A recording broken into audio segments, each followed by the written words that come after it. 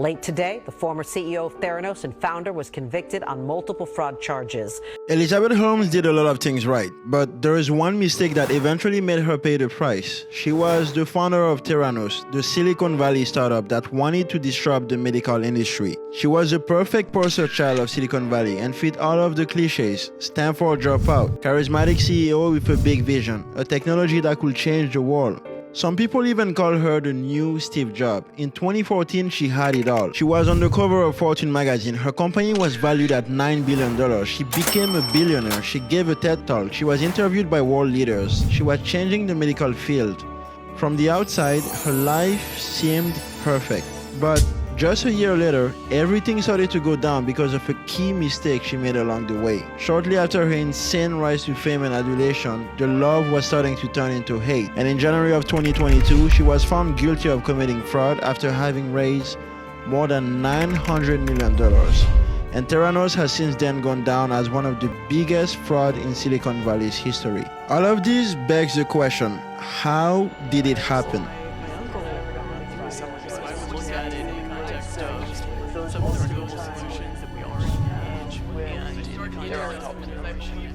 Because of what we do.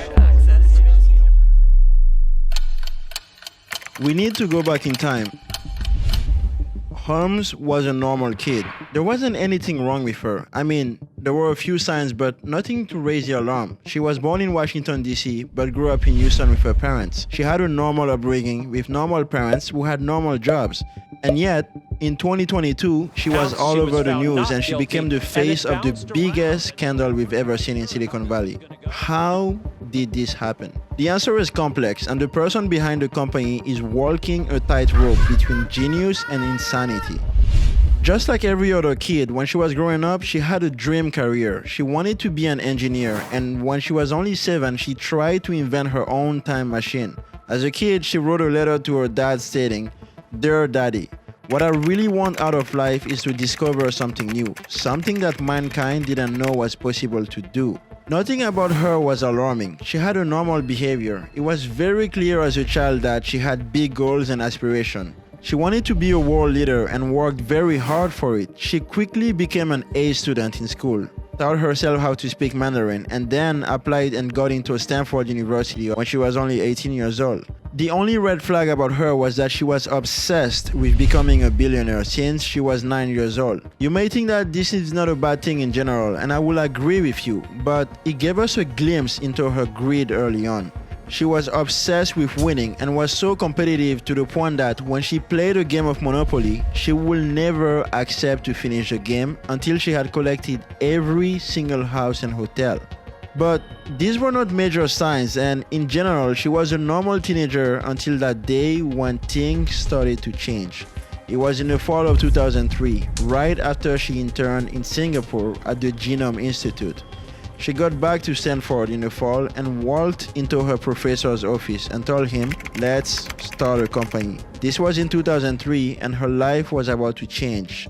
This was the beginning of Theranos. There are many questions as to why she dropped out. Like, why did she drop out after just a year? What were the reasons behind starting the company? The answer seemed to be that she wanted to change the medical field and the blood collection process. I was always absolutely terrified of giving blood. It's the only thing in my life I've ever been scared of. Historically, doctors have always collected many blood samples, and because she was scared of needles, she wanted to make that process painless. But there were a lot of issues with this. Here was this kid who dropped out of Stanford and had a dream to change the entire field. You've seen this story a million times. Bill Gates, Steve Jobs, Mark Zuckerberg. But there's a key difference between those guys and her.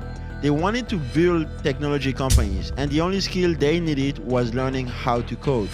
For her, she wanted to change the medical field, a field where it sometimes takes decades to even be able to validate an experiment. With no background in medicine or science, she started Theranos at 19 years old. She had to answer one key question: how do I raise money with no product to sell yet?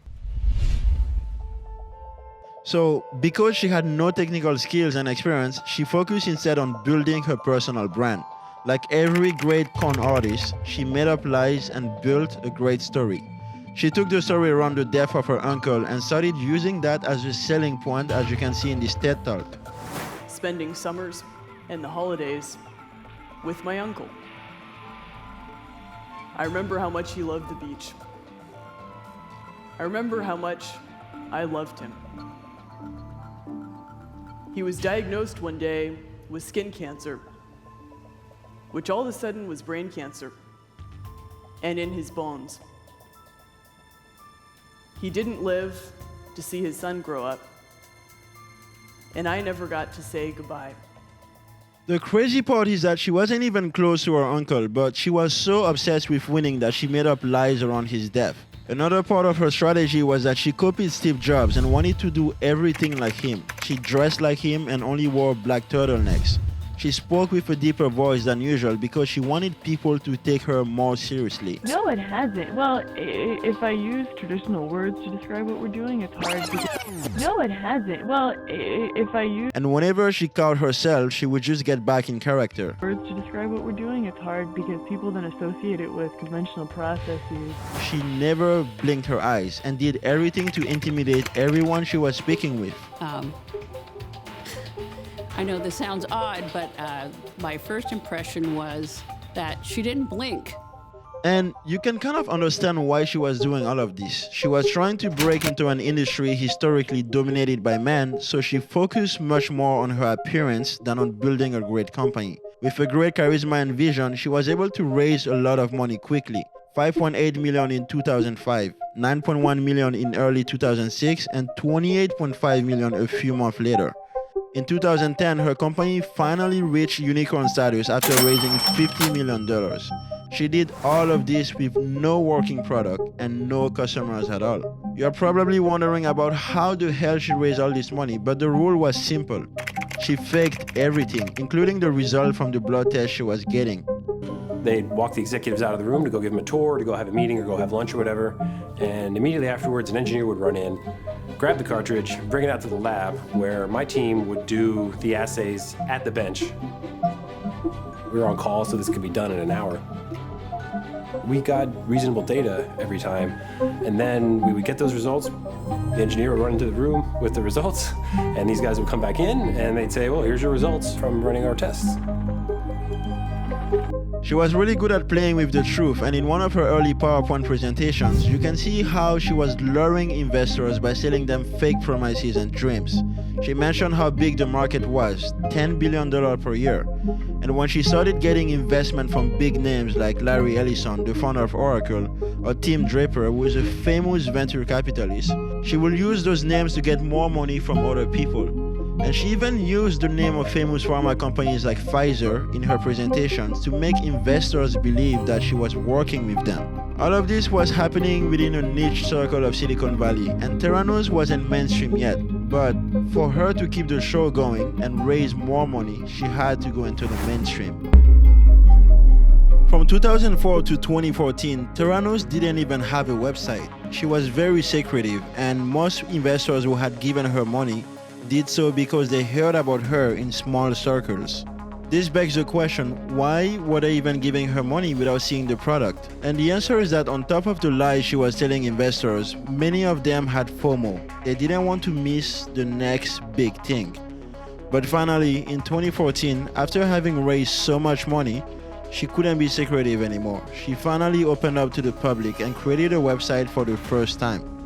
On February 2014, after raising a new round of money, she became a billionaire.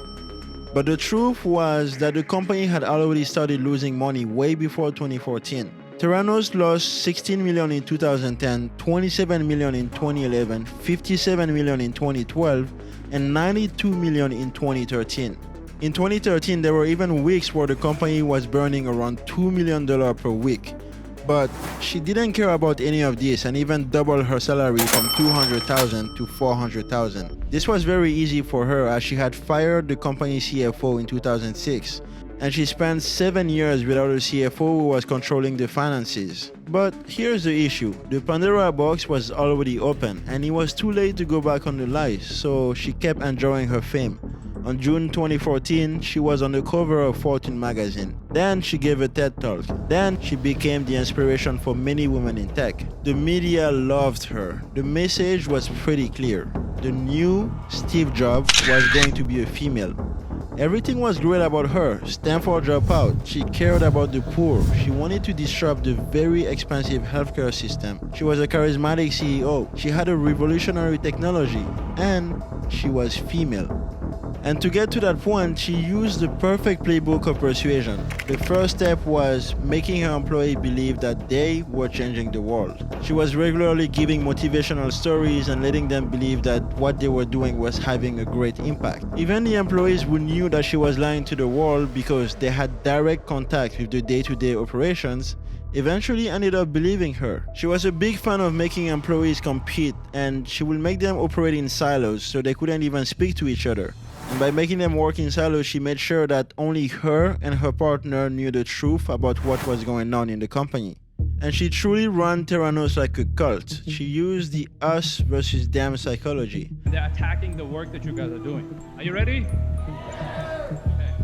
1, 2, 3. Fuck you! Psychology shows that the us versus them mentality is the best way to create bonding. Employees were so loyal to her that even when they knew that she was lying, they wouldn't say anything. She built a cult-like environment where the real enemy became the competition, and they all became trapped in her lies. It seems like she truly believed that she could keep going on forever. I mean, she had been doing this since 2004, and it seemed like no one was noticing. But there is one key mistake that she made that eventually led her to crash. It didn't seem like a mistake at the time, but history revealed that she messed up pretty bad. One of the employees that she hired was the grandson of one of her board of directors, George Shultz. George Shultz was a renowned and well-respected Secretary of State, and his grandson was just a junior at Stanford University when he heard of Theranos. His name was Tyler Shultz, and just like his grandfather, he was very fascinated with her and the vision of the company. He asked Elizabeth if he could intern at Theranos, and this led to a full-time job after he graduated.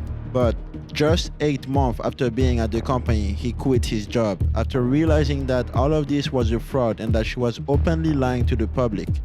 This wasn't the first time that an employee quit Theranos. Many employees had quit the company from 2004 to 2014. But unlike the other employees who quit Theranos, Tyler Shultz was not afraid to speak up. On the opposite, he had an incentive to speak up. He wanted to protect the reputation of his grandfather. So he emailed Elizabeth on April 2014 to discuss his findings, but she refused to listen. She tried to treat him just like any other employee who had quit the company before. She had hired the #1 lawyer in America, David Boyce, and whenever an employee attempted to speak up, she would threaten him with very expensive lawsuits. But it was different for Tyler. This time, the lawsuit and the threats from Elizabeth didn't work. Tyler had an incentive to save his grandfather's reputation by doing the right thing. Family ties were involved. This was the beginning of an internal war at Theranos and the beginning of the end for the company. Tyler eventually called a reporter at the Wall Street Journal and started giving him information about the company and the lies. At the same time, another whistleblower, Erica Chung, was starting to talk to the Medicare and Medicaid services. By October 2015, after more than a year of investigation, the Wall Street Journal finally published a report on Theranos. By 2016, everything started falling apart. The president of the company, Sonny Balwani, who was dating Elizabeth Holmes, left the company. The Center for Medicare and Medicaid Services expressed concerns about the company, and Walgreens terminated its relationship with them.